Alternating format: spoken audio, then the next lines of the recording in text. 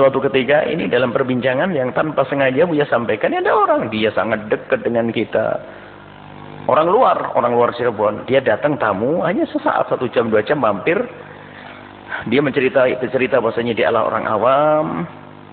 Dia adalah orang ini, cuman saya dengar dengan pengajian Buya melalui media-media ini. Akhirnya yang kita besarkan hatinya, orang menjadi baik. Untuk menjadi baik orang tidak harus punya ilmu. Orang punya insaf, kesadaran. Maksudnya biar besar hatinya. Mungkin orang itu tidak punya ilmu banyak, tapi dia punya insaf, punya sadar. Sehingga mudah untuk baik. Tapi sebaliknya, biarpun orang itu alim kayak apa, tapi kalau tidak ada insaf, tidak bisa baik. Waktu ngomong kita begini langsung mengiyakan, iya Buya, itu Habib Rizik. Padahal orang alim kok begitu lah ini. Nah ini kan ajib, padahal orang yang mencintai kita. Lah ini langsung kita habis. Memang Habib Rizik apa ini? Itu fitnah yang kau dengar. Tidak boleh dengar begitu, lihat. Gara-gara WA, gara-gara ini. Iya. Bagaimana fitnah kau dengar kamu? Katanya dengar Buya. Karena cara dengarnya, rupanya dia ke bawah untuk mencaci Habib Rizik contoh. Padahal orang itu bukan orang jauh. Dia katanya senang dengan majelis kita. Bayangkan. Ke bawah gara-gara media informasi fitnah tentang Habib Rizik. Dia percaya dengan fitnah itu, bayangkan. Kita maksudnya besarkan hatinya dia, giliran kita ngomong orang alim kayak apapun belum tentu tok-toknya di bawah Habib Rizik. Memang Habib Rizik kenapa? Katanya beginilah, itu yang tidak boleh kau dengar. Itu bahaya, kau rusak. Sehingga kau membenci seseorang, ternyata hatimu kotor setelah itu. Dia baru istighfar setelah. Jadi nggak boleh, harus tobat. Kau minta maaf sana. Gimana caranya? Ya ini permasalahannya apa? Padahal dia bukan orang jauh dari ilmu loh ya. Ada sering dengar pengajian kita. Katanya setiap hari dengar pengajian kita. Bayangkan. Gara-gara media informasi yang nama WA itu. Buang saja itu WA kalau perlu. Internet ini. Kalau perlu kita balik ke zaman dulu tuh. Kita zaman SD SMP nggak ada internet. Akhirnya kemakan fitnah sana sini lihat. Itu contoh. Dan ternyata sekarang banyak kita masuk satu tempat. Ternyata ada seorang ustadz kiai benci dengan ulama yang lain. Gara-gara apa? Berita ditempel-tempelin katanya begini-gini. Itu fitnah. Makanya jaga hati kita. Ini rambu-rambu dari Imam Ghazali Patui. Jangan mau mudah percaya dengan omongan orang-orang yang kita tidak kenal. Apalagi jika omongan itu merendahkan kaum muslimin. Orang muslim saja nggak boleh kita. Apalagi dia pakai label ulama. Jangan. Kalau ada orang rendahkan orang Islam saja nggak boleh percaya kita kok.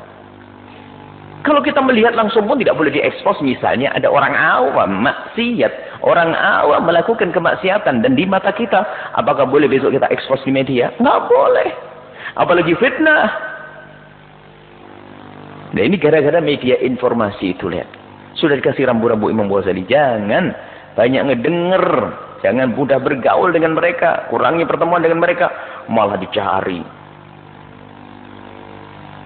Sampai di dalam dunia media sosial itu ada beberapa tokoh tuh yang sangat masyhur dengan fitnahnya. Tapi kok pada tahu tuh gimana? Berarti kamu dengar dong. Ada siapa itu yang suka membawa fitnah? Ada di dalam media sosial itu orang yang sangat masyhur. Selalu dia membawa berita aneh-aneh. Loh kok dia masyhur? Berarti kan ini orang pada senang dengan berita aneh yang dibuat oleh dia. Bahkan mungkin mencari. Ngomong apa sih dia? Padahal dia adalah pemfitnah. Yang suka membawa berita-berita aneh. Lah anehnya adalah kita. Nggak mau dengar rambu-rambunya Imam Ghazali rahimahullah ta'ala. Pokoknya kalau ada informasi yang tidak baik tentang saudara kita kaum muslimin, langsung hapus. Dan jangan didatangi itu tempat. Jangan didatangi itu perkumpulan. Kalau urusan WA jangan bergabung lagi dengan kelompok itu. Karena membahayakan hati kita. Jangan sombong. Oh kasih samilah. Oh enggak, bisikan setan halus. Tiba-tiba tertanam kebencian antara kaum muslimin gara-gara itu berita. Hati-hati. Semoga Allah menjaga ulama-ulama. Orang yang difitnah-fitnah seperti Habib Rizik dan lainnya. Ini fitnah lihat. Yang memfitnah akan hancur setelah itu. Tapi orang difitnah itu diangkat derajatnya oleh Allah. Nabi saja difitnah, ulama difitnah, siapa yang tidak difitnah? Kalau difitnah itu bagi para kekasih Allah mah enteng, mau diangkat derajatku. Cuman yang jadi masalah adalah orang yang mempercayai fitnah itu adalah orang yang kemakan di dalam bencana itu sendiri. Ya, orang yang kemakan fitnah, gampang percaya. Dulu juga pernah ada seorang alim, seorang juru dakwah misalnya Ustaz Zainuddin NZ. Ada seorang perempuan, tidak tahu artis atau ngaku-ngaku, katanya dia dibeginiin dia. Kan gila perempuan. Makanya yang gila ada yang percaya. Wong dia sendiri gak punya rasa malu, kemudian dia bukan seorang. Dia hanya bercerita macam-macam. Ramai sekali dengar itu. Kami sampaikan, yang percaya itu sakit. Kemakan fitnah. Bagaimana seorang ustadz seperti beliau? Kalau orang punya iman nggak bisa percaya. Kalau orang punya iman dan makna ukhuwah di dalam hati nggak bisa percaya. Kemudian yang bicara tuh siapa sih? Perempuan yang tidak pernah dikenal. Dia penyanyi dangdut waktu itu. Contoh. Kemudian dia memberitakan begini-begini karena sering didatangi, mau ditawari gini-gini. Saksi nggak ada, hanya berita diekspos. Nggak tahu sekarang di mana dia. Itu fitnah-fitnah semacam ini ada. Maka yang sangat rugi adalah siapa itu? Yang mudah kebawa fitnah. Karena kupingnya bolong, nggak ada filternya. Ini gara-gara media informasi itu, lihat. Itu zaman sekarang bagaimana? Wah, Ustaz fitnah Ustaz Sina, alhamdulillah. Usah mudah kita dengar yang demikian. Kadang-kadang kita mungkin nggak percaya. Bahasa lidahnya sih nggak percaya, tapi diam-diam mikir. Ya jangan-jangan iya juga. Coba hatinya. Lihat busuknya jiwa itu, busuknya hati yang sudah dirusak oleh iblis. Pegangi Imam Ghazali ini. Jangan mudah mendengar berita tentang kejelekan seseorang. Apalagi yang dikirim oleh orang-orang yang Anda tidak pernah kenal. Batasi urusanmu dengan mereka.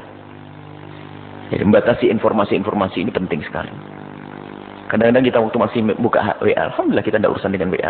Waktu WA itu sering ada berita-berita yang aneh. Bahkan yang ngirim pun kadang-kadang orang yang semestinya tidak pantas mengirim berita tentang ini itu ajib. Ya Ustaz, masa berita sini dikirim ke sini? Antum baca atau tidak? Jadi ada orang tuh hanya senang baik, menurut dia langsung di-share. Nggak pakai otak. Katanya Ustaz, selektif dong. Ini kita nemukan, dan kita menemukan keanehan. Orang yang kelas Ustaz saja bisa ke bawah yang demikian, bagaimana orang awam? Maka bersyukurlah yang tidak pernah urusan sama WA. Bersyukurlah yang tidak senang dengan Facebook. Dengan internet. Itu iblisnya lebih banyak. Tapi apa boleh, zamannya zaman semacam ini. Baik kalau begitu, pakai rambu-rambunya Imam Ghazali ini. Pegangi. Kalau sudah bau fitnah, mengganggu, merusak umat, jangan percaya. Kalau sekarang musuh-musuh Allah pun membuat berita-berita. Giliran yang alim, yang soleh, yang baik, dihantam. Tapi giliran yang nggak benar, wah, seolah-olah ada pendukungnya. Atas nama kaum muslimin di sana, mendukung si fulan, muslimin di sana. Ini dibuat karena tidak bisa mengumpulkan puluhan ribu orang seperti para ulama-ulama yang soleh-soleh itu. Dia membuat berita Sumatera rame begini, di Kalimantan begini, nanti di Bali begini. Tiba-tiba ada yang umroh ngomong begini. Itu kan berita-berita yang dibuat karena hanya cuma 5 orang. Ngumpulin orang nggak bisa. Itu adalah membuat fitnah ya begitu tuh. Tapi giliran orang-orang yang baik diekspos dengan berita minor. Yang berita-berita miring. Yang bicara di orang berprasangka buruk kepada orang lain. Hati-hati. Nah, ini rambu-rambu dari Imam Ghazali rahimahullah. Jangan pernah mau mendengar berita tentang kejelekan saudara kita. Yang benar pun kita tidak boleh dengar. Apalagi itu fitnah. Yang benar pun kita nggak boleh banyak mendengar karena takut hati kita kotor, apalagi yang fitnah. Orang-orang besar tidak pernah membela dirinya. Para ulama jarang membela dirinya, tapi Anda perlu membela ulama. Misalnya kita punya guru misalnya. Lalu ada orang memfitnah dia, menghinakan beliau. Momen beliau seorang guru akan diam. Karena beliau memilih besar mulia di hadapan Allah. Tapi kita sebagai murid kalau diam nggak punya cemburu dong. Tidak punya cemburu, termasuk fitnah besar ini. Bahkan mungkin Anda sebagai seorang, jangankan murid dengan sahabat. Anda bersahabat, ini hati-hati ya. Anda punya sahabat. Tak taunya sahabat Anda ini ternyata difitnah oleh seseorang. Dan ngomongnya di depan Anda. Anda tahu yang benar, tapi orang lain berbicara yang tidak benar. Kalau Anda diam saja, Anda khianat dengan sahabat Anda. Anda harus bilang, oh mohon maaf, saya yang tahu tentang dia. Harus ngomong gitu. Anda saya seorang murid, saya sebagai murid tidak terima. Kenapa? Guru saya tidak seperti itu. Kalau Anda diam, Anda tidak punya cemburu. Fitnah di hati Anda sendiri. Anda sebagai seorang murid, membela iya. Tapi kalau Anda dihina di diri Anda sendiri, maka Anda boleh sabar. Atau tetangga Anda difitnah sama seseorang, Anda perlu membela. Tetangga Anda, jangankan kok guru, tetangga difitnah. Bisa tetangga difitnah, zina, difitnah ini. Misalnya ada laki-laki masuk. Contohnya heboh sakampung. Wah, ibu janda itu datangi laki-laki zina dan sebagainya. Anda tahu bahasanya itu adalah adiknya atau bukan sepupunya, adiknya atau pamannya. Anda wajib jelaskan. Bu, bukan. Itu saudaranya. Saya tahu, wajib. Kalau Anda diam-diam, berarti Anda merelakan dia difitnah, maka Anda bagian daripada dosa. Ini babnya. Hati-hati, jangan menyebarkan aibnya orang. Mencemarkan nama baik. Kalau orang yang dicemarkan, Anda boleh sabar. Tapi kalau Anda melihat nama baik seseorang dicemarkan, maka Anda punya kewajiban membela kehormatan seorang muslim. Karena seorang muslim ini seorang muslim adalah harkat martabat Islam itu sendiri. Ini harus Islam difitnah. Seorang ulama difitnah. Nah, ini kita harus membela dong. Ulama difitnah. Saya tidak wajib membela. Kalau beliau sendiri, dia mungkin tidak memberi jawaban apapun.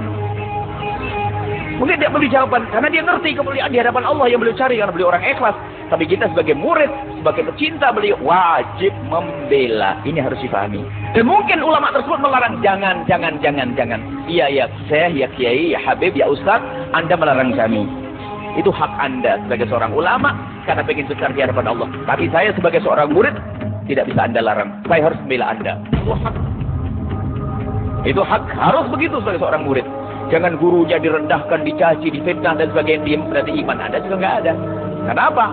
Ini menjadi sebab permasalahan adalah di saat sudah tidak ada kecemburuan kita kepada saudara kita, sahabat kita, tetangga kita, guru kita. Nabi Muhammad dicaci, diam saja. Nabi memang tidak marah di saat diolok. Ya, kan Nabi dimarah, Nabi diludahi sama seseorang. Ya, Nabi diludahi oleh seseorang. Nah, ini ada kemarin beberapa waktu yang lalu menulis, Nabi saja dimarahi, dicaci maki tidak marah, kok kenapa kita tuntut marah? Oh, dia dungu dia. Nabi memang kalau dicaci tidak marah karena zatnya Nabi yang dicaci. Tapi kalau sudah Allah, nah agama yang dinodai marah. Nabi kalau dicaci diam saja. Tapi kita mendengar Nabi dicaci, kita harus marah karena iman kita. Kalau kita mencaci Nabi kafir, melihat orang mencaci Nabi, kok kita diam, munafik hati kita. Al-Quran, lihat. Al-Quran mulia, gak ada yang bisa merendahkan Al-Quran. Ya'lu wa la yu'la alaihi.